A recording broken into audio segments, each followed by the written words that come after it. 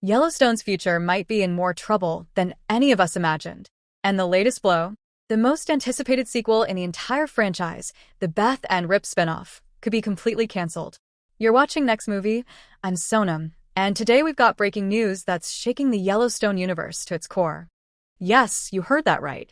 This was supposed to be the crown jewel of Paramount's plans after Yellowstone ended abruptly earlier this year. A continuation that would follow Beth Dutton and Rip Wheeler as they build a life on their own ranch. For many fans, it wasn't just another spinoff, it was essentially the sixth season we never got. When Paramount first teased the project, it felt like a gift. The original series had left so many storylines hanging, and this show promised to carry the Dutton legacy forward. The premiere was even planned for November 2025, exactly 1 year after Yellowstone's finale. The timing felt perfect. Fans were devastated by the ending, but knowing Beth and Rip's story was coming next gave us hope. Back then, the mood was pure excitement. But that optimism didn't last long. First came the strange rumor about the title, Dutton Ranch. Many fans liked it, but Cole Hauser quickly shut it down, calling it baseless and even sounding a bit dismissive about the name. Then, in June, came the real shocker. Hauser admitted the spinoff didn't even have a clear storyline yet, just 5 months before it was supposed to air. That was a huge red flag. A series of this scale takes months, even years, of preparation. And when the story isn't even locked in, it's hard not to wonder if the project is already in trouble. Sure enough, the release was delayed to 2026. Paramount blamed the Skydance merger, budget reshuffling, and an already packed late 2025 schedule, with Mayor of Kingstown Season 4 in October and Landman Season 2 in December. They argued the delay was about giving the show the resources and breathing room it needed. But for fans who've seen this before, it felt like déjà vu delays were exactly how Yellowstone Season 5 Part 2 spiraled into its abrupt ending. And then the real gut punch. Buried in an industry article, almost as an afterthought, came the words, "No longer in active development." Just like that, the Beth and Rip series was gone. No big announcement. No heartfelt message from the cast.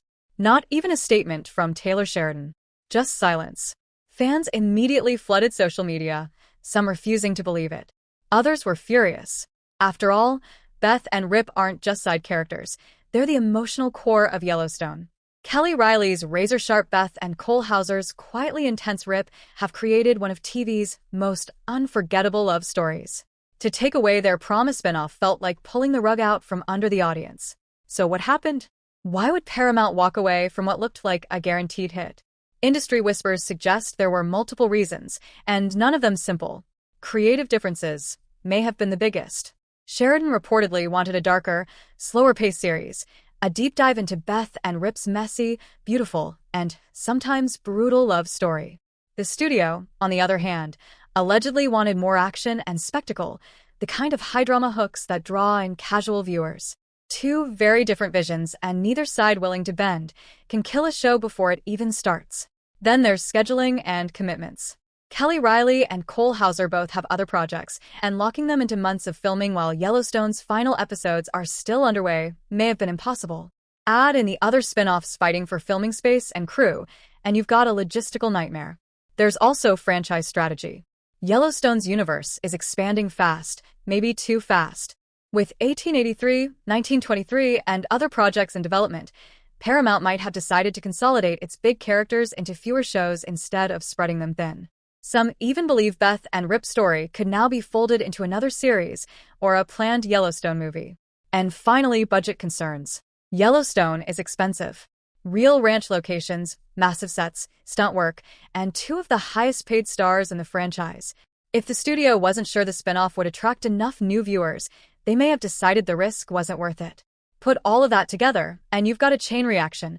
Creative disagreements cause delays, delays cause scheduling conflicts, and suddenly the project collapses under its own weight.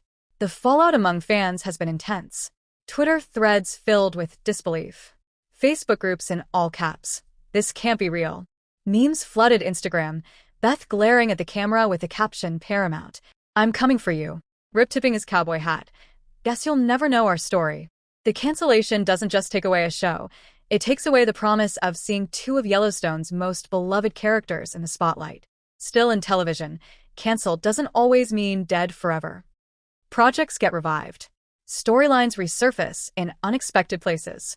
And Taylor Sheridan has a history of keeping ideas alive until the timing is right.